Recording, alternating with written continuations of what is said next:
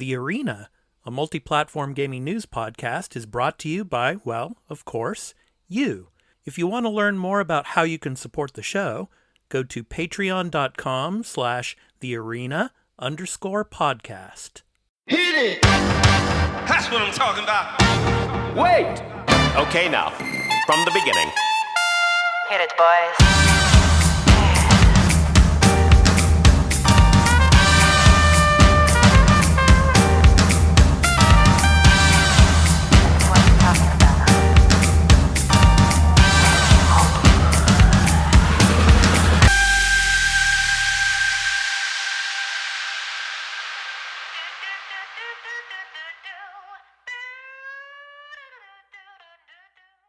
Hey everyone, welcome into The Arena, a multi-platform gaming news podcast. This is episode 94. I'm your host, Expat, along with my co-hosts, Burley of Burleyman Gaming and Turn-Based Carl. Burley and Carl, how you doing? Burley, how are the internet woes? Is that still going on there in Canada right now? Yeah. Yes, Rogers is still down for most Canadians all throughout Canada. Apparently, cell service is somewhat up for them, so hopefully that means later today we can actually start e-transferring again and interact debit. Thankfully, I'm not one of the ones that has Rogers as any of my ISPs, but they are not. They've already, just in the small time, a lot of people have switched their cell phone service. I see. They switched to the other companies, and hopefully, if we had a different prime minister, I'd say we'd look into the not having monopolies, but we don't. So. I say, well, I hope that gets resolved soon. So, Carl, how you doing, man? Oh, you know what? Pretty good, because there was some very good news I read yesterday. Yeah. That Elon Musk will no longer be buying Twitter. Yeah. So everyone should be celebrating. Yeah, and I heard they were saying Twitter is actually suing him. Yeah.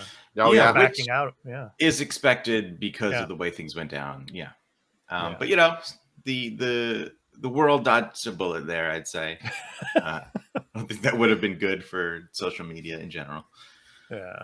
So, yeah, that's great. And one other thing I finally remembered about doing on the show is if you're watching this on YouTube, please remember to like and subscribe to the video. It really helps us. Yes. And, if you're listening, jump onto YouTube, give us a like, subscribe, whatever. Give us some view time. Yep.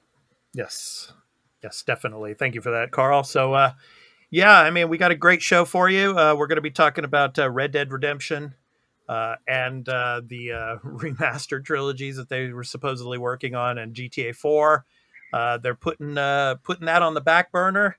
We're going to talk about that. We're going to be talking about the next Ubisoft Forward, as well as we're going to go into Skull and Bones. We're going to show you some of the gameplay footage that they came out with this past week. As well as Games with Gold come this October is going to be changing. We're going to give you some of the details to that. And of course, I have my PlayStation hat and shirt on for this episode because our topic of the show, God of War Ragnarok, now has a release date. We're going to talk about that. And we're going to be discussing whether or not it could possibly win Game of the Year. We're going to talk about that, as well as our new game releases for the week of July 11th through the 17th. So we'll be talking about that later. But before we talk about what we have been playing this past week, here's a brief word about where you can find the podcast. Before the crew discuss what they've been playing, this episode of The Arena, a multi-platform gaming news podcast, and the post-show, in audio and video formats, will be going to Patreon in early access for one day after recording. So if you would like to support the show and become a patron at the entry Tier 1 level at $1 per month and get early access to every episode and post-show in audio and video formats, as well as watch or listen ad-free, please visit patreon.com/thearena_podcast for further details. Weekly on Sundays, the podcast will be uploaded to all free podcast services. Weekly on Wednesdays for the post-show, where you can find us on any podcast app for iOS or Android, Spotify, Amazon Music, and in video format on our YouTube channel, The Arena Productions. For the audio version, just download your favorite podcast app or open Spotify and search for The Arena, a multi-platform gaming news podcast. Subscribe, follow us, post a review, and leave us questions, comments, and feedback if you like, if that feature is available there, and spread the word about the podcast. We also have a Discord called the Arena Podcast, where you can join and chat with the Arena Podcast community, and the podcast website is at thearenapodcast.podbean.com, where you can follow us and leave questions and comments as well. Finally, you can also follow us on Twitter at the Arena AMPGNP, as well as on Instagram at the Arena_podcast. Now, back to the show. Okay, guys, I'll go ahead and start. I've been continuing to play The Ascent on Game Pass on Xbox, and just the one pet peeve that I have about this game. I mean, I love it. Obviously, I love twin stick shooters. It's kind of this cyberpunk world, this big, huge, humongous city that you're running through. It reminds me of the Housemarque games of PlayStation. But what my real pet peeve is with this game is there's really no fast travel. So any of you that are watching this that have finished the game, is there fast travel later in the game? I've got to be about 70% complete of the story. But there is no fast travel that I can see. And so every single mission that you have to go from one side of the city all the way to the other. And it takes like about 20 to 30 minutes just to get to where you need to go, because there's parts of the city where you don't need to use your weapon. And then there's parts of the city where you have to pull out your weapon because there's enemies coming out and coming at you, and you have to shoot them. And so it takes more time to get through those parts of the city. So that's my major pet peeve about this game, is that there's really no fast travel to go from, the far east side of the city to the far west side, or to the different levels, because you're going to different levels of the city for particular missions. So that's my major pet peeve of The Ascent. The other game I've been playing, of course, it's on PlayStation Plus this month, Crash Bandicoot 4. So Burley, I'm taking your advice. I'm just playing the story, and I'm going through, and I'm enjoying the platformer that is Crash Bandicoot. It's fun to play, very colorful, and it's enjoyable. I've played about an hour of it so far. I played some of it early this afternoon here, but yeah, it's really fun. Yeah, I'm enjoying it. So yeah. So, and I'm playing it. I'm not playing it in retro mode. I'm playing it in the other mode. So. I was going to say, please don't play in retro mode unless you hate yourself. Yeah. Yeah. I would probably definitely hate myself if I played it in retro mode. I'd probably throw the controller down, but yeah, it's fun. So I'm having a fun time with that. And Arcadegeddon, I downloaded it, and I will probably get to that soon. But the one thing about Arcadegeddon is it's a player versus player. So, I mean, of course, I'm not so much into the multiplayer type of, battle royale type of combat type games, but I do want to try it to see how it is. So I'm looking forward to that. But yeah, The Ascent and Crash Bandicoot 4. So, Burley, what have you been playing this past week? I end up finishing up Sonic CD on the Sonic Origins. So it was fun to go back to that. We've been playing more of Mango Mischief, slowly but surely getting through that. Okay. And also, because I hate myself continuing on with Pokemon Platinum Nuzlocke, and we end up I got the 7th badge. I just now actually got a really good mon, so now I have some hope that I can actually beat this. Great. And Carl, how about you? What have you been playing? I put a little bit more time into Mario plus Rabbids. Oh, okay. Which I realized that I kind of am out on that one. I just there's nothing compelling to me about that game besides the combat, which obviously is the main focus. But everything else, I'm just like, I can't really, it won't hook me. So I was looking for something else, and I randomly jumped into House Flipper on Game Pass. And it's really relaxing. You just jump in there and you start off doing odd jobs that teach you how to do the different things you can do in the game, which is paint or break walls and build new walls, or put up paneling or tiling and installing different appliances, and then just decorating. And I mean, it's nothing amazing, but it's fine. It'll hook you a little bit. Like I started playing, and I'm like, I want to finish that. I want to get to, because like you do all these odd jobs. And I'm like, I want to buy a house. I'm like, I want to get enough money to buy a house. The one thing the game doesn't do, I thought was weird, because I thought it was going to prompt me after I've done a certain amount of things to be like, all right, now it's time to buy your first house, and explain how all that works. But it kind of said that you can do that, and I didn't really think about it. So like once you have enough money, you can just buy a house. And you have to clean up, and the houses are just trashed. A lot of them, they just look like awful garbage. So it is like it just feels satisfying to like go into this disgusting mess. Then when you leave, you're like, oh, this looks great, and you sell it, and there's a little auction thing that happens, and there's buyers who have like different ideas of what they want that you can pay attention to if you want to try to get more money from certain buyers. That's cool. I don't know if I could put a lot more time into it, but it's something you jump in when you're bored and you just don't know what to do and you want to have a relaxing time. Yeah. Is it one of those things where you jumped in saying, I'll play a half hour, and then you realized 3 hours had gone by? The one night I played earlier and I only had a little time, and then that night I stayed up like later than I should have, because I was like, it's just, just time goes by while you're like, putting up paneling or painting walls. You just don't realize. Like, what if I take down this wall here? I can make an extra room. That's great. Yes, that'll sell well. Yeah.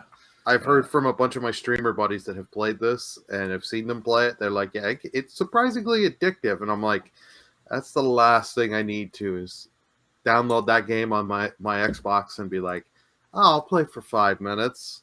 And then be like, how did I waste 2.5 hours? Yeah. But it'll be a good time, and you'll be relaxed. You won't be stressed at all. It's good for that. You won't be like pressured to like, oh my god, I got to kill this boss. It's stressful. Nothing like that. What is this word relaxed? Canadians don't know this word. Yeah, I think I would have thought you would, but I guess maybe you don't need to know it because you're like so normally relaxed. It's like a normal state. You don't have to understand. Like, Carl, going back to Mario Rabbids, how many hours did you put into that? Do you know? I'd have to look at my Switch, which is not within range. I'm going to try to guess. Maybe this is accurate. Maybe not. I'm going to say maybe around 10 or so. Okay. Give or take. You'd be a decent way through with 10 hours, because I did play and I beat that game. It is the gameplay. I like the gameplay, but I can agree, like just walking around to get to the mission. And the story, like a lot of Mario games, is pretty much non-existent. Yeah. Like the sequel has shown, from what it's shown quickly, the combat seems improved, but it's like I bought the first game for $10 on the eShop, and it's like I can't be bothered to want to spend 90 on the sequel day one, dude. Yeah. But in the sequel trailer, it does look like they're improving the other aspects, because the world looked more interesting to walk around, and there were characters like in the world that had personalities that you could, like, I guess, get missions from and stuff. So that did seem much more interactive and interesting than the other game, which is just like, go to the world 1, 2, and and then world 2, and then just progress through it. And there's a little pass you can take that might find you something, and do a little tiny puzzle thing. It's like all very blah. And what's really annoying is if you leave a world for some reason, like let's say I turned off my Switch and go back into this game, it starts me in the hub, and then I have to like find my way back to that world. You got to go to the little cannon to shoot you to world, and it doesn't world 5-7. Yeah, and it doesn't bring you directly to where you're supposed to be in that world where you left off. I'm like, no, don't do this to me. Well, that's the one thing. Like I was talking about my pet peeve about the fast Ascent. travel in the Ascent. Well, the good thing about the Ascent is when you finish the game and then you come back to it, you're exactly where you left off. Yeah. You know, I'm so glad that they've done that. You know, because then having to run like for another 20 minutes to get back to where you left off. Just you're wouldn't want putting to your do that. switch to sleep and Yeah. waking it up, and it's right where you left off. Great, but if you're like me and you played live demo in between, and you lost your spot, and I'm like, where the hell was I? It all blends together. I can't remember. I gotta figure it out. Right. Okay, so let's go ahead and get into the weekly news beat. So, Rockstar, obviously, they are working on GTA 6. And for all of you video viewers, the link to the story is below. But apparently, it looks like they want to focus now completely on GTA 6 because what has been happening in the past year or so with the remastered trilogy and all. It looks like they're reportedly they've shelved it, and with the Red Dead Redemption and GTA 4 remasters, and they're just completely focusing on GTA 6 now. So yeah, the the remaster trilogy, as you know, and Burley knows this, of course, it was a complete disaster, and a lot of gamers just they blasted it for all the bugs and all the problems with it. And so it looks like Rockstar has just decided, okay, we're just going to completely focus on GTA 6. Now they have not said that they are completely giving up on remasters of Red Dead Redemption and GTA 4, but it looks like it's going to be quite a while until probably GTA 6 is released before they start focusing on that again. But I mean, and who knows? We don't even know how long it's going to be. Rockstar still has not confirmed a release date or anything like that for GTA 6. It still could be a ways off. But I don't know. What do you guys think of this? So, what are your thoughts? Do you feel that this is a good move by Rockstar to just completely focus and put all of their development effort into GTA 6 now? Carl, we'll start with you on this. What do you think? Well, I mean, for me personally, I would have liked to play the Red Dead Redemption remaster. Uh-huh. I'm not a GTA fan, so when they say this, I'm like, whatever. It doesn't really mean anything to me. I think most people would want this to be the case, but like I have no interest in GTA 6. I didn't really play GTA 5 at all. GTA 4. Wow. You did not play GTA 5. My brother had it, and okay. I played it like maybe one time. The story's fun. I mean, the story is fun. I mean those three characters in that game. I mean, you know, they're pretty interesting. But I never got into it. You know, I played a little bit of it, and I was like, this is GTA. This is not, I know what it is. It's a fun sandbox, but I'm not really into those type of stories. GTA 4 I played, and I didn't. It's weird with GTA 4. Like I played a lot of it, and then I didn't finish it. Like I got really deep into the story, and I would say if I had to guess, I was like maybe 80% into it, and I just gave up. I was like, you know what? Like I had my fill. I'm not really interested in where the rest of the story is going. I just like walked away from it one day. That and sidetracked by other games, probably. At the time I had no idea what I was playing, but but again, these two would be great to see remastered. Now, if you're on the Xbox side, you could play both of these with backwards compatibility, and they run really well. Right. If you're on PlayStation, you kind of SOL. So you have Red Dead Redemption. I can't remember for GTA 4, but Red Dead Redemption is on the premium service. But streaming, I just figured I'd make mention. This there. And PC, I don't know if either of these were on PC at all. I'm not sure. Oh, they were on PC. Yeah. They're on PC. I thought Red Dead was one that didn't come. Maybe came later. It came later. It didn't come right away.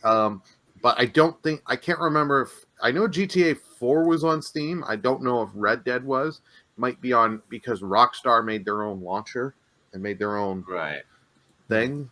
So yeah, I mean, the last thing I'll say is that, it's their own fault because they farmed out this trilogy remaster to a studio that clearly couldn't handle it. And they made a terrible product, and then they shipped that terrible product. And the reception was poor.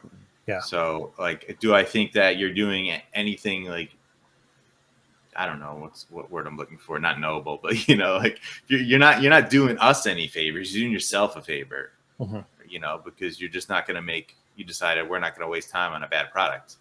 Like, okay, great. I mean, but like maybe people like me or other people wanted one of these games, a really good remaster, and you guys should do that at some point.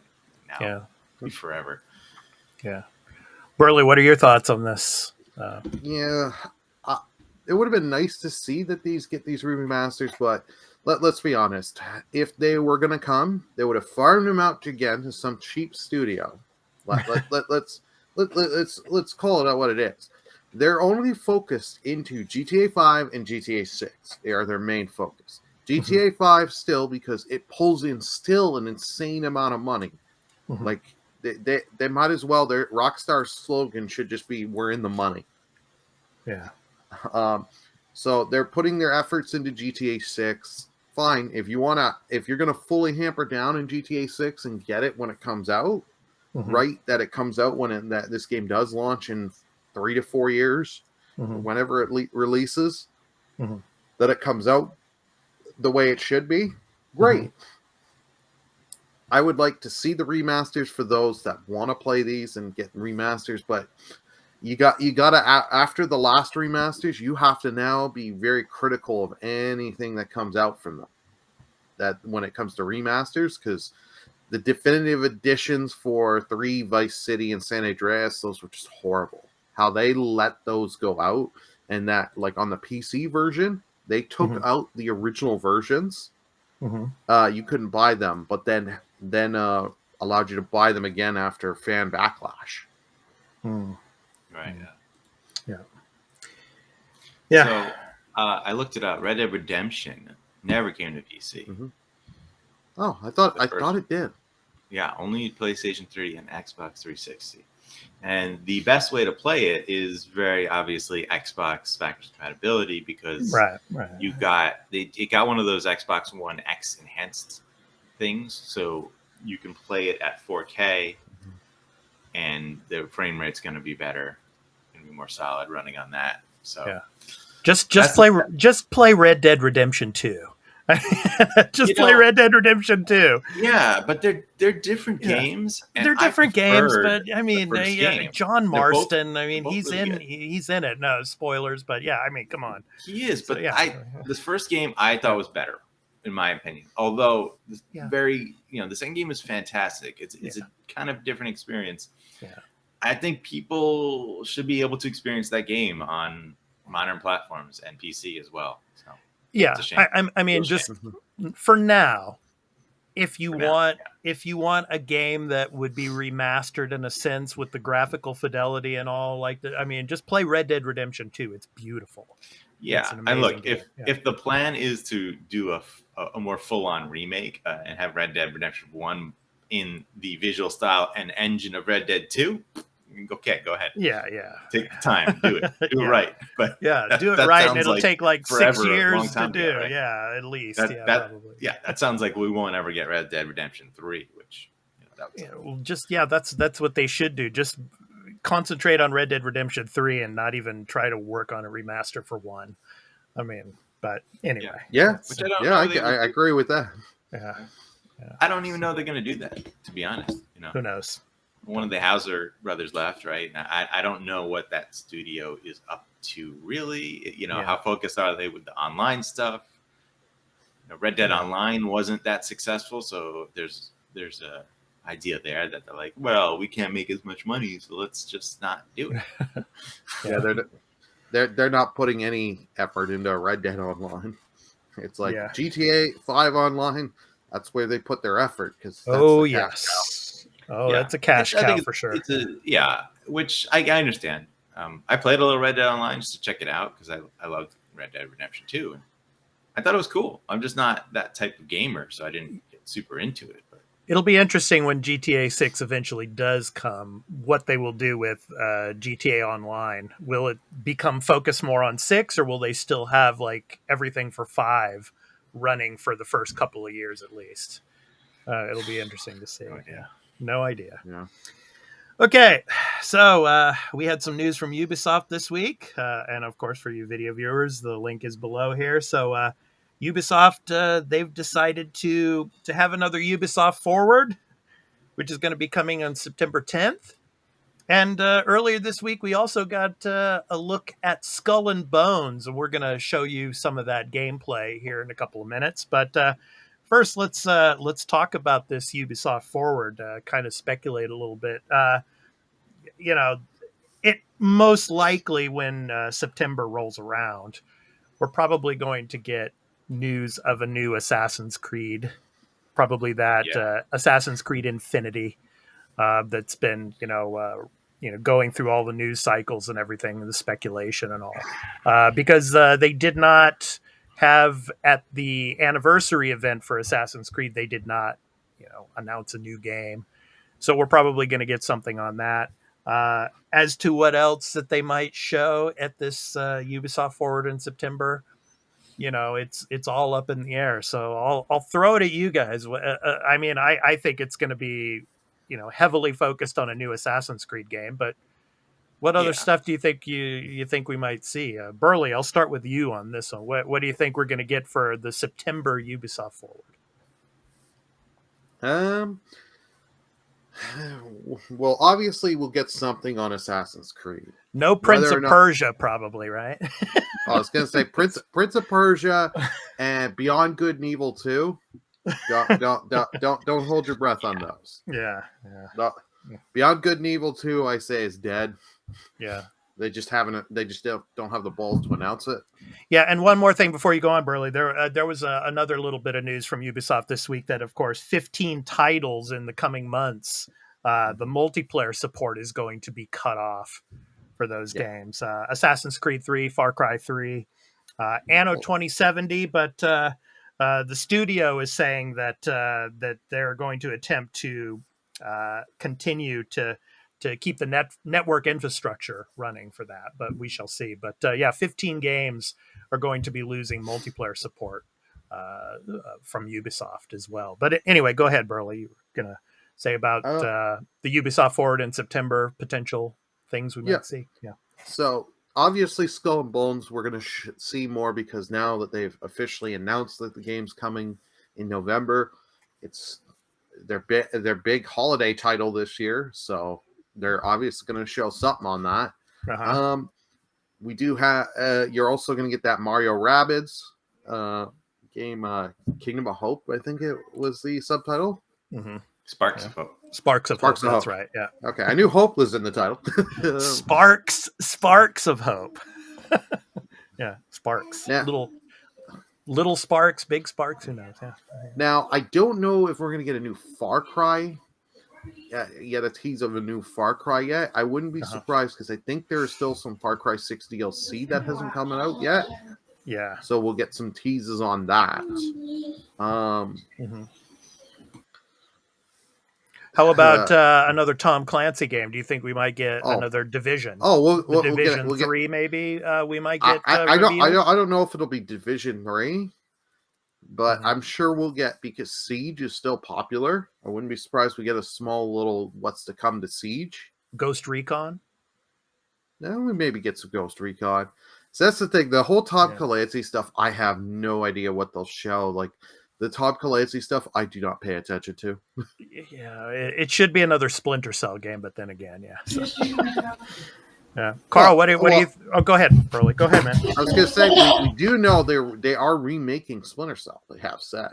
Yeah, I think we're not going to see much, but we could get like another little teaser of that. Yeah, Carl, what do you think for the Ubisoft Forward? Well, the one I hope that we'd get to see, or at least teased or something about, is the Star Wars game they're working on. Oh yeah. Oh yeah. I don't expect it, but be nice. Yeah, for sure. Okay. Yeah, Prince of Persia. I mean, I think there's a small chance because you just don't know what state that's in. You know, it's. I know it's been delayed, but it was supposed to have been out already, right? So, like, and obviously, you know, I think that it's probably in a playable state that they could show. It just depends on how much they're really changing about it. Right? Yeah. Beyond Good and Evil 2. I mean, I think, like Burley said, that game is dead. I don't know why they're trying to maintain the illusion that game's still going to happen. I just can't see any way that it does. Yeah. And then I mean, Skull and Bones, obviously, I mean, I don't know what else. Skate is EA, right? I think. Yeah. Well, let's go ahead and get to Skull and Bones because they showed the trailer, and we're going to show that trailer for you here in just a second. Let me go ahead and bring it up here. So they showed some gameplay footage of Skull and Bones, and it got a release date of November 8th.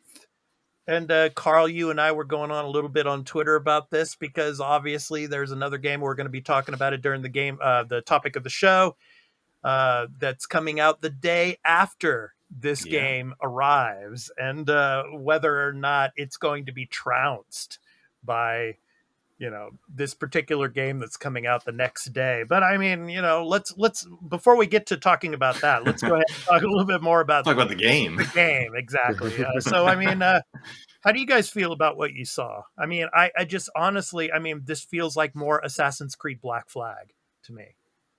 I mean, you could probably experience a lot of what's going to be in this game in Assassin's Creed Black Flag.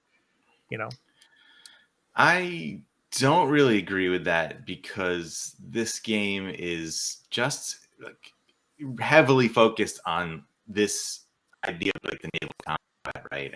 And the heavy customization of your ship and leveling up your pirate to get other certain abilities or things you can do, your infamy, crafting and things like that.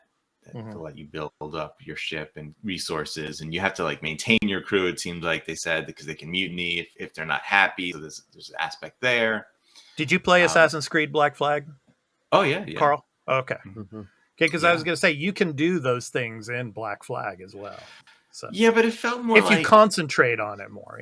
Yeah, it was in there, and it felt more like some of it felt like a mini game, right? Because there was that aspect of like you had a crew and you can send them to do things, and then of course you could go hunt all the special ships in that game, and it's just very different. So you see like there's all of these like sort of skill trees and things for you to build up, and there's a wide variety of different types of weapons in this game, which is I think one of the interesting things that I didn't necessarily know or think what type of weapons they had, but there's like a flamethrower, there's like this primitive rocket launcher, there's all kinds of interesting stuff. That's a primitive rocket launcher.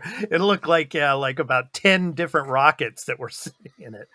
Which is based on a historical weapon that I saw in I forgot which one of those shows was it, Mythbusters or some other show where they tried to make it. I just don't know how long people are going to put into this game. I mean, this is like one of these service type of games. So I mean, in the sense that they're hoping that you're going to put hundreds of hours into this game. And I just don't see with all the competition out there that people are going to put that much time into this game or are you going to get players that were playing Sea of Thieves, for example? Let's just throw Sea of Thieves out there. Are you going to get people that want a more realistic style of pirate game? I like what they just showed there. Sorry to interrupt you. Yeah, go ahead, man. You can see that they had all this cargo on the side of the ship, right? So, which slows it down, but still, it's something they talked about. Like you can encumber your ship, and if you carry too much, that's will slow you down, and you make that could be risky. There's a flamethrower there. There's a flamethrower, You not to throw. It seems like it's a fairly deep, it's got to be. Of being it's a got to pirate. be deep, yeah. And just I don't I understand that yeah, maybe competition might be tough, but I can definitely see Sea of Thieves players playing this, because I think Sea of Thieves There it is. players, there it is. Yeah. I think a lot of Sea of Thieves players are playing that game because they want a pirate experience, not necessarily because they love Sea of Thieves. And I know there's a fan base for that game, but like this is completely different from Sea of Thieves. Like that game is a social experience. Yeah. There's no real progression other than, I mean, there's a little bit. There's no like building up any abilities or like making your ship stronger or making your weapons better. That doesn't have any of that in that game. But just this naval combat here, it just I have to go back to Assassin's Creed Black Flag. I mean, a lot of the naval combat in this game, it reminds me of the naval combat in Assassin's Creed Black Flag. I mean, so, and it should. I mean, it's based on that. It is, right? Yeah. And but that is this. That naval combat is what this is, right? That's, I mean, you go back to Sid Meier's Pirates. I mean, this is an advanced version of that's what Black Flag was doing, right? Black Flag was, let's throw Sid Meier's Pirates elements into, this Assassin's Creed game in this setting, because it made sense. So like that's what they were doing. Yeah. The customizations look great. Yeah. I love that. Burley, some of your thoughts. What are your thoughts, man? I was going to say, you've been patiently waiting. Go ahead, man. Well, I just didn't want to talk over you guys. Before, man. Yeah. But no, the game overall looks good. The thing is, I like how it looks. I like that you can encumber your ship and you can become cumbersome. Mm-hmm. Your different weapons you can have on your ship between your cannons and all that. Cool. The customization from what we've seen, I like. But this game with it now coming out, is this going to make the splash? That's the real question, because Sea of Thieves, most people, you've either bought in the game cheap or you're Game Passed in. So you're in that. And as we've already talked, we might as well just fully come out. This is coming out. When this is coming out, God of War's out the next day. Yes. To me, for where they're putting this at release schedule, it makes to me think they have no faith in this game, because you're having this come against God of War, which we all know is going to be huge. And a lot of people are going to put their focus on there. Well, I mean, when it comes to God of War Ragnarok, I mean, you got 120, 130 million player base for PlayStation. Probably at least 3/4 of those players are probably going to be playing God of War on day one. Oh, yeah. So, I mean, yeah. So I'd like to argue the opposite, that I actually think that sticking to that date, which leaked, but, Ragnarok came out with their official date for this. I think sticking to that date tells me that they think it'll be fine. Because, as I said briefly on Twitter, like the audience for this game is completely different from Ragnarok. True. I mean, obviously, there's a little bit of overlap. There is with anything, right? But the type of game, like, let's say, if I was to say, okay, I'm going to play both this and Ragnarok. I could, in theory, play Ragnarok first and beat that within like a week and a half, maybe 2 weeks, and then go play Skull and Bones and play that, for months, if that's what I wanted to do, right? It wouldn't matter. I could even play them both. I could jump into Skull and Bones a little bit, play a little here. That could be my multiplayer experience, that I jump in with other friends, if I'm that type of player. And then I go back to Ragnarok and I finish that out on my own. And they are also, what they interestingly said is, this is the type of service game that I like, where they're like, all right, it's a full price game. It's a full experience. You play it all by yourself solo if you want, but it's going to have free content upgrades. They're going to support this game. They said they have plans for the next few months and possibly in years, if that happens, but like they plan to, if the game does well, keep adding content, and you will not have to, like Sea of Thieves. You just get that content. You don't have to pay extra. And I'm sure there'll be microtransactions. But it also seems, too, that Assassin's Creed Infinity, if that's what it really is and what they're going to probably be announcing in September, as the new Assassin's Creed game, it's supposed to be a similar type of game, you know, You where mean they're like going to like a game, like a service game, where service thing, right? Yeah. they're going to be, you know, continuing to support this game for years to come. Yeah. So, but again, this is something yeah. completely different, right? So like, Yeah.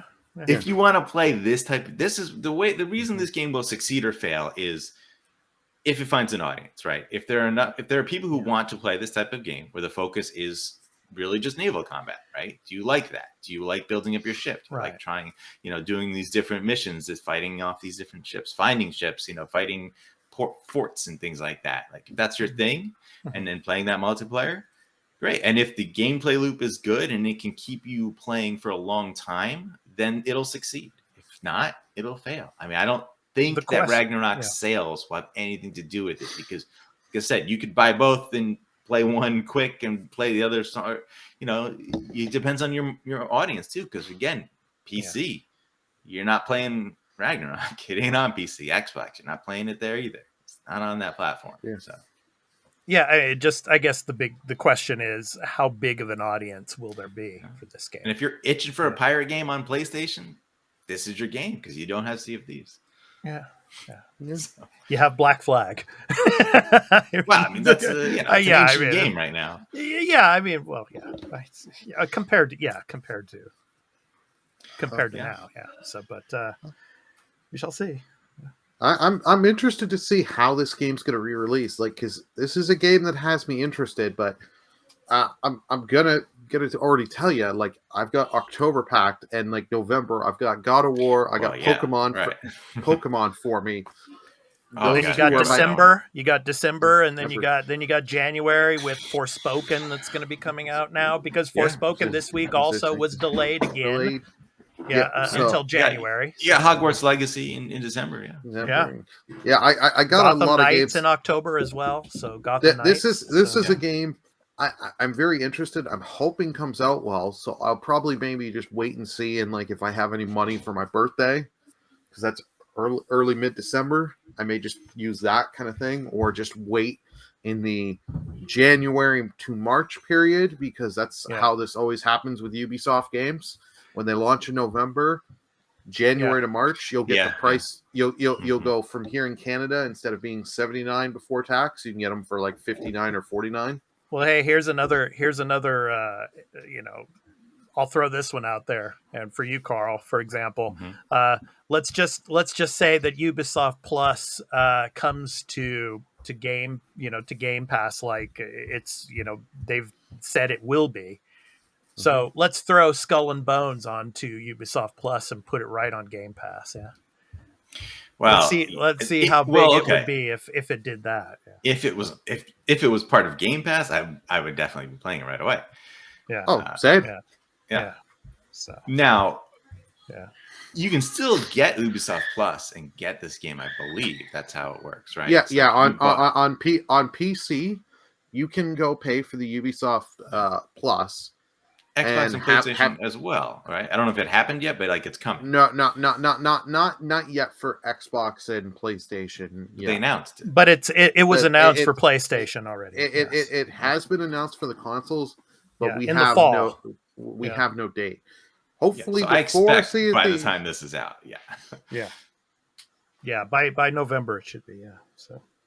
Because I mean, this is a good game to showcase as, if it's good, right? Of course, but like as a game that, why I would subscribe to Ubisoft Plus, right? Because this game, like, instead of buying it full price, I could pay whatever $15 a month, get access to this game plus a big catalog of other games. And if this game keeps going, keeps adding content, it's successful.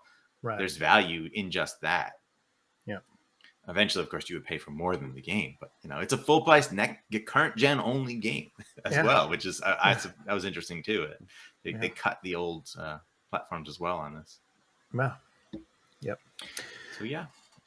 Skull and Bones. See. Man. Yeah, Skull and Bones. I'm interested. I am. Yeah. Will I actually play it day one? I mean, that's that, because, like Brother said, it's busy. It's busy time. I honestly, I won't be, because the day after I'll be playing Ragnarok. So, and I think Burley is going to be playing Ragnarok on day one too. So yeah. Oh yeah. Like sure, Ubisoft. You want some help selling some units? Give us some copies. I'll stream your game. I'll make it look good. Yeah. Talk to me, Ubisoft. Look, I can tell you right now, I'm probably not going to play Ragnarok either. So. Yeah, well, in your current situation, Carl, you would have to play it on PS4, and I'm sure, like with Horizon Forbidden West, you don't want to play it on PS4, right? I would play God of War on PS4 because the previous game was incredible on PS4. It didn't matter. Okay. Yeah. But my reason actually is that, like, if I get into Persona 5, there's no way I'm going to be done with that game by the time Ragnarok's out. Oh, so or when Skull and Bones come out. So there you go, Persona. Right, for both of those games. Yeah. But then also there's Gotham Knights, which I'll also have been skipped, and I'm gonna want to play that. Like, depending on how good that is, like, when am I gonna play that? Yeah, there's whatever else in October. The fall is loaded. Yeah. So. Well, Plague Tale Requiem, which I'm gonna have to try to power through that before Persona 5 because it's like a week before, which maybe is possible because it's not that long of a game usually. So depending on the carts, right, Burley? Depending on the carts. Oh, fuck that! Please don't bring that cart back and make it for. Believe me, there's gonna be carts in that game again at some point. Yeah. Don't listen to expat. I'm just being facetious, but I have to think that there probably will be. I'm sure the developers are probably throwing stuff like that in there. But anyway, okay, so let's get to the next story. So this is Xbox related, of course. And of course, for you video viewers, the link is below to the story. Looks like Games with Gold is going to be changing in October. So up until October, of course, as we have now, there are 2 360 games and 2 Xbox One titles each and every month that come to Games with Gold. But from October, it looks like they're going to be scrapping the 360 titles and only putting the Xbox One titles on there. So the question is, and what I want to throw here on the show is, what do you think Microsoft is going to do? Is it only going to be 2 games? Because obviously, if you're an Xbox Game Pass Ultimate subscriber, Games with Gold is a part of that service. But will it only be 2 Xbox One games, or are they going to be putting 2 extra Xbox One titles? Or do you think they could possibly make it, okay, let's do 2 Xbox One titles and 2 Xbox Series titles? Which I don't know if that would really make any sense because of the fact that, with Game Pass Ultimate, you're getting, some of these new games anyway. And of course, all the first party titles are going to be coming day one to Game Pass Ultimate. But anyway, what are your thoughts on this and what they're planning to do come October? Carl, I'll start with you on this. Go ahead, man. Yeah. This you would have expected may have happened a long time ago. Yeah. It's been going on for quite too long, I'd say. I didn't mind. I mean, look, the selection is never that great anyway across the board, but the 360 games, some of them are good. There's a lot. There was a lot of good games to put on there, so I didn't have a problem with them doing it. Yeah. They need to replace it with something for sure. You can't obviously only have 2. That would be bad unless those 2 are incredible. Every month. Yeah. Because again, you have to remember you are going to be compared to PS Plus Essential. Yeah. Which you already are failing at matching. So you're gonna have to, I think that what we need to see and know, and it will probably tell us how long they really intend to keep gold in general as a thing that exists. Mm-hmm. Is what quality will they give us? Will they just give us 2 more Xbox One titles of similar quality to what we'd be getting, which to me would just kind of maintain the value? I wouldn't say that's much better, because if it's the same, type of games we've been getting, it doesn't really make it a change. It doesn't make you feel better about it. If they drop to 3, and they kind of mirror, PS Plus and give you higher quality titles, that might tell me that they're planning to keep the service for a bit longer. Yeah. So yeah, it could just be part of them like sunsetting the whole thing. Like it's not really viable anymore. They've gone through most of the titles. I imagine publishers maybe don't want to do this anymore because if you know the difference, the 360 titles, when you redeem those on the service, those are yours forever. Yeah, exactly. You don't have to be subscribed to games with gold anymore. You just own those. Yes. Versus the other ones, which you only have access to when you're subscribed. So I can see publishers thinking like, well, we don't want to give people our games away for free anymore. We want to put them on other services or our service or whatever. Yeah. Well, it's interesting. Microsoft in the article, they say that they've reached the limit of their ability to bring Xbox 360 games to the catalog. So it's like they've expended all of these games already. So it's like if they move over to giving 4 Xbox One titles, you figure they're probably going to expend that catalog even sooner than the Xbox 360 catalog. What I think is part of it, what I said is that like the extended, like the backwards compatibility, like they've reached out to sort of everybody they can, right? And they're drying up on what they can actually put on it, because again, the backwards compatibility, the publishers had to at least agree to it. They didn't have to do anything, but they had to say it was okay. Right. Burley, your thoughts? Yeah. I think they've kind of, like I said, they've reached the wall. And it's also less and less people are caring about gold. I think this is just them to slowly start killing the service. We take this off. Then we're going to do the soon enough, gold will go away. Whether it's going to be another year or two, who knows? I think this is just slowly them starting to kill it. And like they said, they've given so many 360 games away. You've hit what you can. Plus, you've got all this, and like you've got Game Pass. Yeah. So you've got like a lot of these games, like some of these games from months we've talked about are all already on Game Pass on some of them. So it's like, no point. I could play all this through Game Pass for the 20 people that are. We know it's not 20, but you know what I mean. They're still on gold, not on Game Pass. All right. Well, we'll see what happens come October. Probably we'll get some kind of press release before the beginning of October saying what they're actually going to be doing. So we will let you all know when we get that press release from Microsoft, when they let us know what they're actually going to be doing from October with Games with Gold. So, all right. So it's time for our topic of the show, guys. And of course, I will throw the story here for all of you video viewers below. Of course, God of War Ragnarok has a release date now of November 9th. And, it's funny, I on Twitter, and Carl, you know this, I've been teasing this for a long time. It's like, it would be so funny if Sony decided to make the release date 11/11/22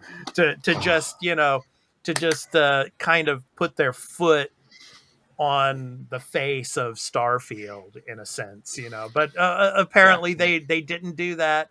It's a couple of days before on the 9th, but still, you know what? Respect to Sony for not doing that, because that'd have been it'd been a real dick move. Like, you do that. Yeah. But so, hey, Expat, why you put Game of the Year on there with a question mark? Get that out of there. I'm not going to get it out of there because and anointing Steam before it even comes out. No, I mean, I'm sure it'll be great. No. Obviously, you didn't look at the documentation when I sent it to you about the show for today. I know what you mean. Yeah. So obviously they gave us a kind of a cinematic trailer. We didn't get any gameplay, but we got a little cinematic trailer. We'll show that to you in a minute here for all of you video viewers. But I mean, it's what's interesting about this is, and it's been thrown around on the internet and of course on Twitter as well about, the Game Awards and the fact that last year and a lot of Xbox players were, angry of the fact that Forza Horizon was not, mentioned for Game of the Year consideration, and of course the Game Awards cutoff date for Game of the Year consideration is November 19th. So what's interesting about this is probably it's going to be around the same time this year, the 15th or the 19th or whatever. And of course, last year also Halo Infinite had to be delayed to December, so it was not put into consideration as well. But you figure there's only 2 games now this year that are probably going to have a chance to win Game of the Year now. And with God of War coming out on November 9th, it's going to fall into that time frame of being considered for Game of the Year. Mm-hmm. And it's probably either going to be Elden Ring or God of War Ragnarok that's going to win Game of the Year. You've already bypassed the real Game of the Year, Pokemon Legends Arceus. Come on, man. No, Burley. I've lost all respect for you now. No, it's Horizon Forbidden West. Come on, man. Right. Come on, guys. It's gonna be Gotham Knights. You know it. Gotham Knights. Not Persona 5 Royal, since that's launching now. I don't. I mean, it's already out on other platforms. I don't. Otherwise, yeah, maybe. I don't think that's gonna count. Carl, remind me, wasn't this kind of a similar situation with The Last of Us Part 2? I think The Last of Us Part 2 came out around the same time. It was in the summer. Yeah, summer. Oh, okay. So yeah, that was okay. So it was completely different. Okay, so yeah. That was the last time we had a definitive, like, everyone's like, yeah, that game's gonna win Game of the Year. Yeah. Yeah, well, until this week, it was like Elden Ring was going to win Game of the Year, but now we've got God of War Ragnarok coming out, and it's going it's going to be within that window of being eligible for Game of the Year consideration. So you figure, if I'm making the analogy to that year, this will be the Ghost of Tsushima of that year. People will want to say this is the Game of the Year, right? But ultimately, it's going to end up being Elden Ring. Like, that's well. On the flip side, then, I mean, look at a lot of times you're wrong on that, Carl. I hope you're wrong, but I have a feeling you're going to be right. Yeah, I'm not no fan of Elden Ring, but I'm not going to deny what's plainly obvious. Yeah. Well, I'm showing the cinematic trailer that they brought out with the release date. But anyway, the flip side of that is that the momentum going into the Game of the Year consideration when a game has just come out and everybody is playing it and the hype is so high that could be a factor in God of War Ragnarok overcoming, say, like Elden Ring. I don't know. So, what do you guys think? Oh, the Ring's a juggernaut, man. It could potentially. What was it? February? People don't shut up about that game. Yeah, it was. I think it was March. Yeah, it was supposed to. I think it was originally February, but they delayed it. Mm-hmm. Yeah, but God of War can do it. It is an uphill battle though, because you have all those the diehards, and Elden Ring sold a lot more than I expected it to sell, and people have gone crazy with that game. Like you can't complain about like anything you complain about in that game, you get jumped on by all the diehards. Oh, I can imagine that this game, when it comes out, I mean, millions and millions of people are going to be jumping on the bandwagon of Game of the Year for this. Well, game. there's already people. They're doing the meme of, because when God of War 1 came out, because I think it came out, was it the same year as one? I think maybe Red Dead Redemption 2. Yeah.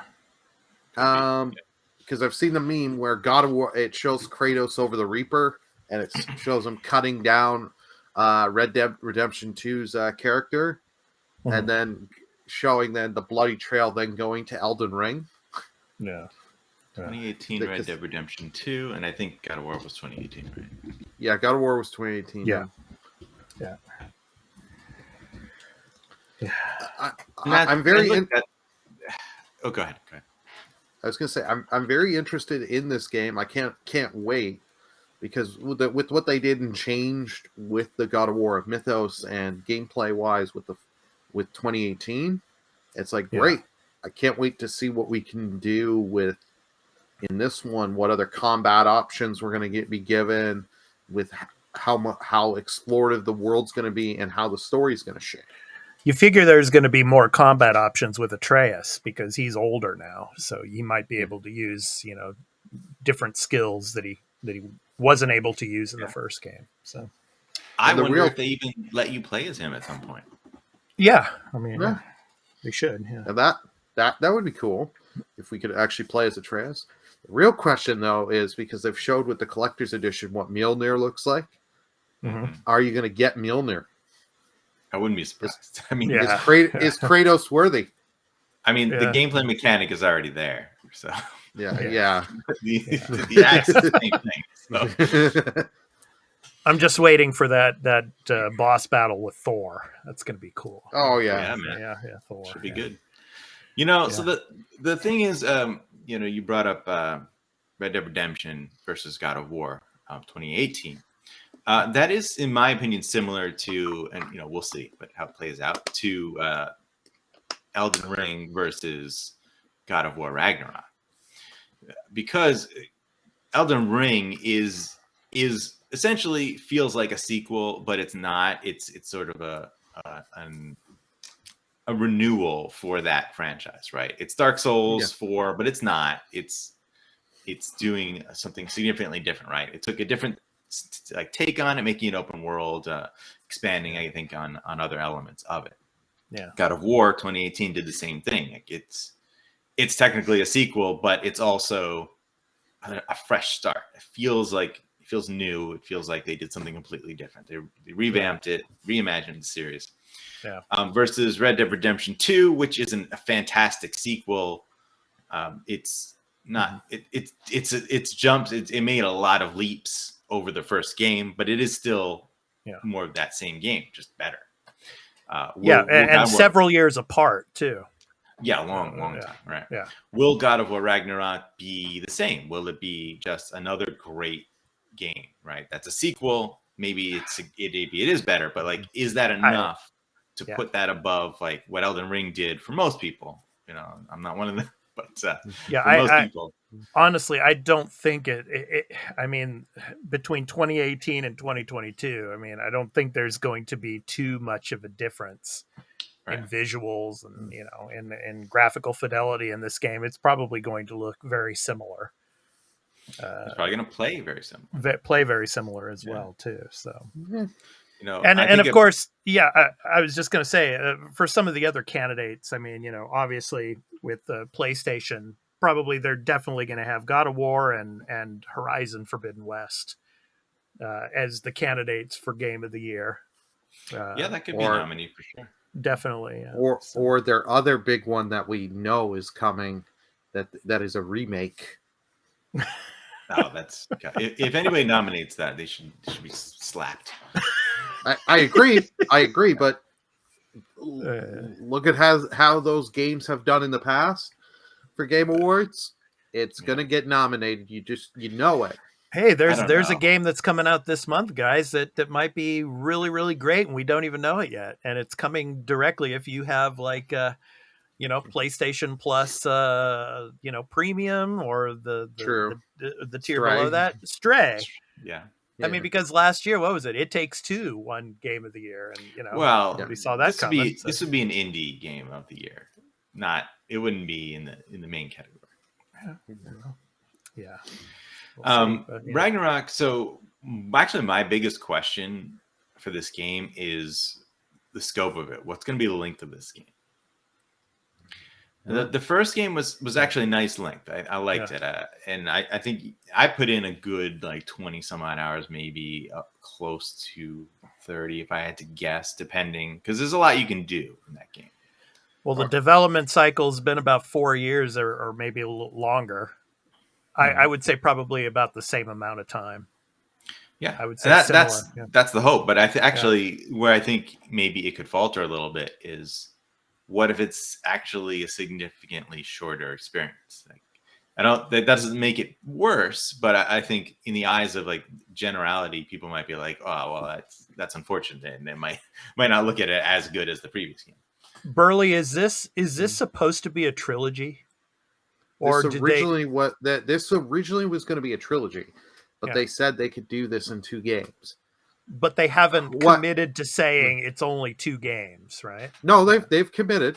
They've committed to saying it's 2 games. So there's not going to be a 3rd game. There's not going to be a 3rd game in this series. Whether or not, because they said they're going to do other God of Wars and him going to other realms and stuff. Well, if this is not going to be a trilogy, then Carl, maybe it will be longer. Yeah, we'll see. Yeah. And I think it'll be a good. He's not working on this one, right? Sorry, Cory Barlog. He's working on an original IP, right? Another IP. He's not even working on this one. I can't remember if he is or not. To be, pretty sure. I'll double check.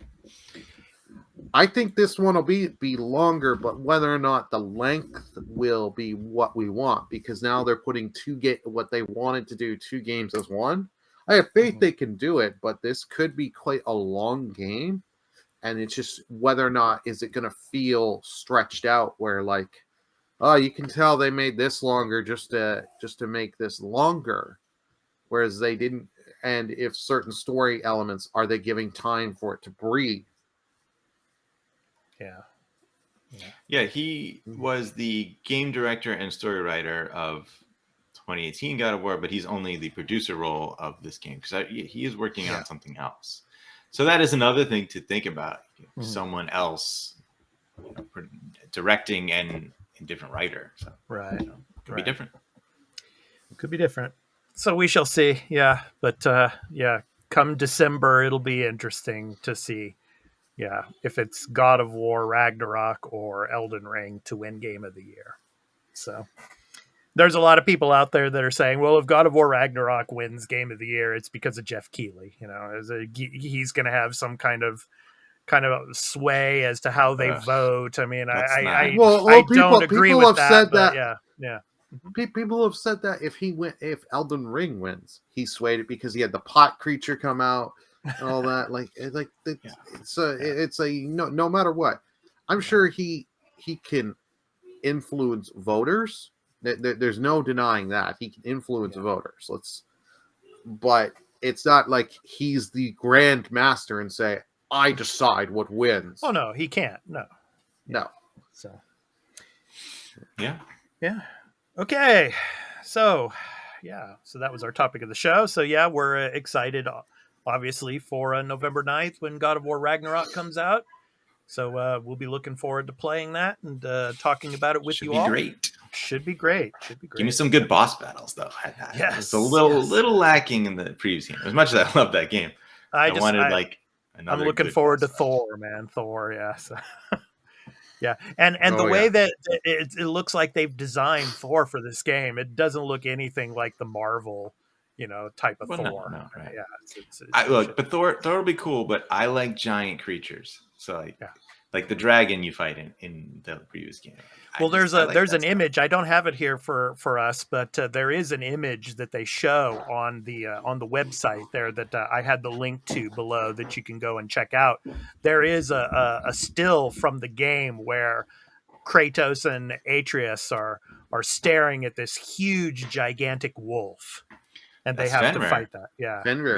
Yeah. So I mean, look, they teased it. Now I have to fight Fenrir. If I don't fight him, I'm gonna be pissed. Yeah. So no, what happens? You do one fight with him, you guys tame him, and you're riding on Fenrir. Oh my god! And you're going into like battle on him. Kind of like in the first game with the sea snake, right? Remember? Yeah, in the first game. It's going to end with you riding Fenrir, like going after Odin, holding Mjolnir. Yes. All right. Okay, so it's time for our new game releases. So I'll go ahead and put the link for all of you video viewers. So our new game releases from releases.com for the week of July 11th through the 17th. So this week, Burley, you are up first. So what do we got this week coming? Okay, so we got Eyes in the Dark coming Thursday, July 14th to PC. Fight with the light against the dark in this roguelite platforming starring Victoria Bloom. Drive back the darkness that overrun Bloom Manor and conquer swarms of creatures as you discover powerful new items. Upgrade your arsenal. Are you ready to enter the ever-changing manor? Interesting. All in black and white, too. Yeah. Yeah, and it's a Gearbox helped publish this. Yeah, Gearbox. Oh. It's a great art style. Yeah, Fight with Light. That's pretty cool. Yeah. I this art style I love. So Alan Wake-ish, like but in a small like platforming type. Yeah. Yeah. I was gonna say, when we talked about this during one of the morning show episodes, we were both really looking forward to this. Yeah. It looks good, man. Good stuff. The Curious Case of One, Victoria Bloom. It's coming out soon on 14th. Very good. All right. So it's my turn. I'm up next. So we got Loopmancer. Loopmancer is a 3D horizontal roguelite action game with realistic graphics that takes place in a cyberpunk universe. Players play as a detective who comes back to life after an unexpected death and battle in this lifelike and futuristic city of the East. Comes out on PC on Wednesday, July 13th. So yeah. Always love these cyberpunk type of games, yeah. And this looks pretty cool. Yeah, it does look cool. Yeah, the boss only looks on cool too. Yeah, only on PC though, unfortunately. So hopefully it'll So come to PC console week. soon. Yeah. It looks like one that might be console later. Yeah, but yeah. So good stuff. Yeah. So very platformer-ish. Yeah. So yeah, battling with the swords there. Yeah. Got a little samurai sword battle going. Yeah. Good stuff. We're 2 for 2 for roguelites. Will Carl's be a roguelite as well?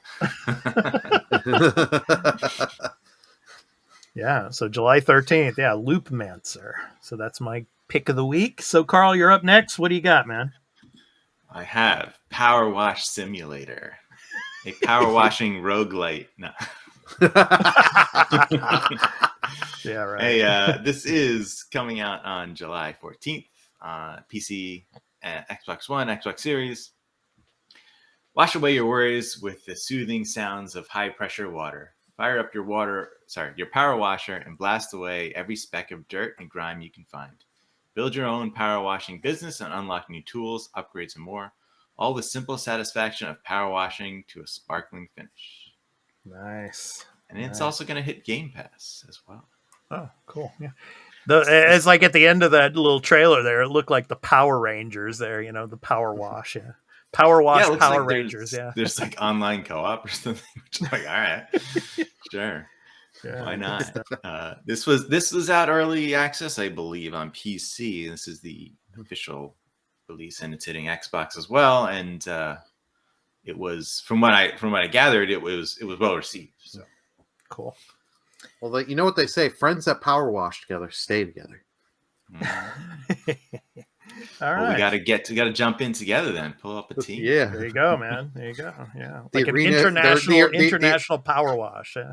The arena power washing team. Yeah, there you go. There you go. Have uniforms. Our power wash from Japan, and our power wash from down there in Fort Myers, Florida. Yeah. And our power wash from Toronto, Canada. Yeah. I'm not Toronto, I'm Hamilton. Okay. Oh, what? Okay, Hamilton. From Hamilton, Canada. Yes. All right. So those were our picks of the week for new game releases, and you can check that out at releases.com. So next up, Carl, what are we getting for Game Pass? We got some more Game Pass titles for July. Yeah, we got a variety of games here. Let's start from the beginning. The stuff that is already out. Last Call BBS. That's PC only. Mm-hmm. Everything. I'm only going to say that when it's PC or it's only on something. Everything else is pretty much all cross PC, cloud, console.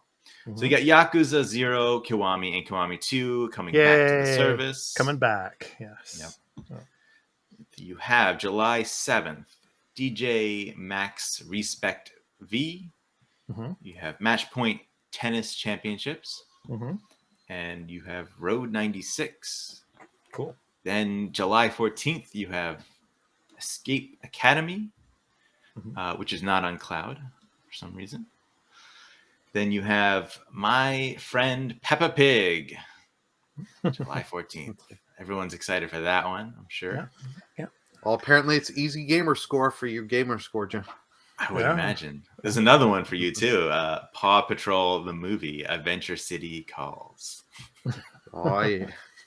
July 14th. Overwhelm, PC only on that one, July 14th. Power Wash Simulator as well, July 14th on everything. And that is our list.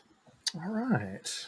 This, to me, overall, I wasn't really that enthused about this drop for Game Pass. There's, Power Wash Simulator or something like might be fun. After playing House Flipper, I'm like, yeah, I mean, it could be another relaxing experience that might hook you a bit. The Yakuza games I really don't count because those were already there before. Like, I think if you were gonna play them, you'd probably have played them. But it's nice to have them. Franchise back. Yeah, it's good to have back, and there's people playing them now, so that I know of. So, for kids, if you have kids, Peppa Pig and the Paw Patrol, that's great. Yeah, I think I'd probably want to try Road 96. That'd be a cool game to play. Yeah, so Power Wash, man. Power Wash, yeah. Power Wash in Hamilton. Yeah. Yep. All right. Okay, so those are our games for Game Pass. All right. And just want to let all of you know, of course, a little bit of a programming note. We're going to be recording our latest episode of Star Trek Strange New Worlds, the episode 10 season finale, A Quality of Mercy. We're going to be recording that right after we finish recording this episode, and it'll be going up to our Patreon in early access. And then, of course, after that, it'll be going to our YouTube channel at the Arena Productions. So please check that out. It's been an amazing season, and we're really looking forward to talking about the episode with you all. So, it's good stuff. Can't wait to talk about that with you guys. So, got that coming up. So, before we end the episode, let's talk about the games that we're going to be playing this upcoming week. Like I said at the beginning of the episode, I'm going to try to play a little bit of Arcadegeddon and try to finish The Ascent and work my way more through Crash Bandicoot 4. So that's what I'm going to be playing this upcoming week. So, Carl, how about you? What are you going to be playing this coming week? I actually was going to try. I didn't get the chance last night because the baby didn't let me. I was gonna jump into the Shadowrun games that are on Game Pass now. Nice. Shadowrun Returns is the first of that trilogy. Yeah. I got that installed. I was going to check it out. So. Yeah. It's very turn-based, so right up your alley. So. Indeed. Yep. Indeed. Yeah. Burley, how about you, man? Well, tomorrow the plan is to stream some more Elden Ring because I want to see if I can finish this game. Then actually on Monday I'm starting up Kingdom Hearts 3 Remind DLC because a certain person bought me that because they want me to try to get back into the Kingdom Hearts series. So I'll be streaming that and then continuing on with the Pokemon Nuzlocke. Nice.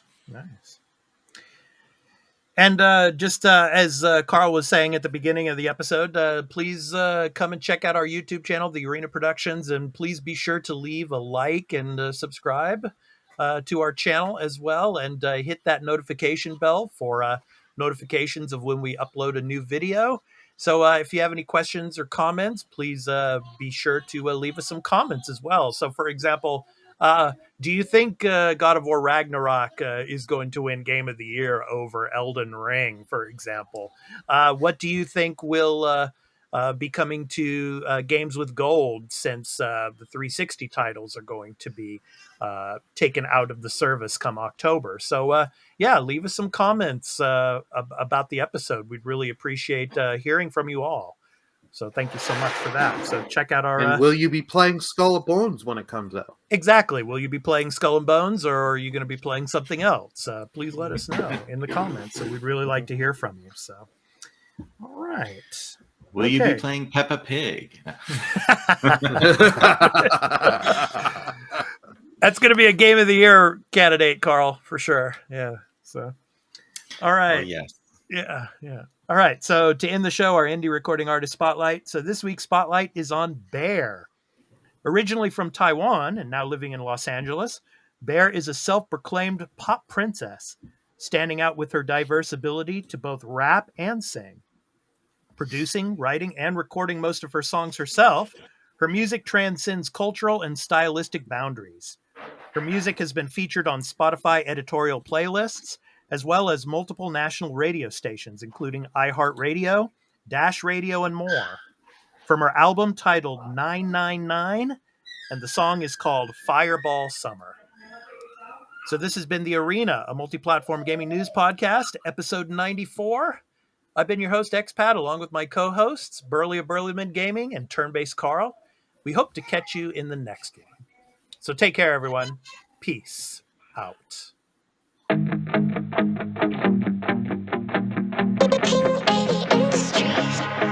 Fireball summer, honeymoon lovers, seeing no colors. Love me all summer, making discovers under your covers. Calling your number when I need someone. Give me dick and comfort, make sure that I come first. Fireball summer, it was a fireball summer. And he said, don't you forget me when I'm gone. Promise I won't. Remember us dancing to a song all night long. Will you still text me when you can't be strong? It all feels wrong, 'cause I got you. Nothing comes closer. Fireball summer. Fireball summer. Another lonely summer, till I got your number. Open up the shutters to life in Technicolor. Ex-girlfriend said I changed, 'cause I cut out all the lanes. Only one girl in my lane, only one kid on the pain. 5-7 on the 886, we made our own love. King of my corporation, we made our own love. Nobody mess with the team, yo. Shout out my PSC, yo. I get my lucky number, my number one. Honeymoon lovers, seeing no colors.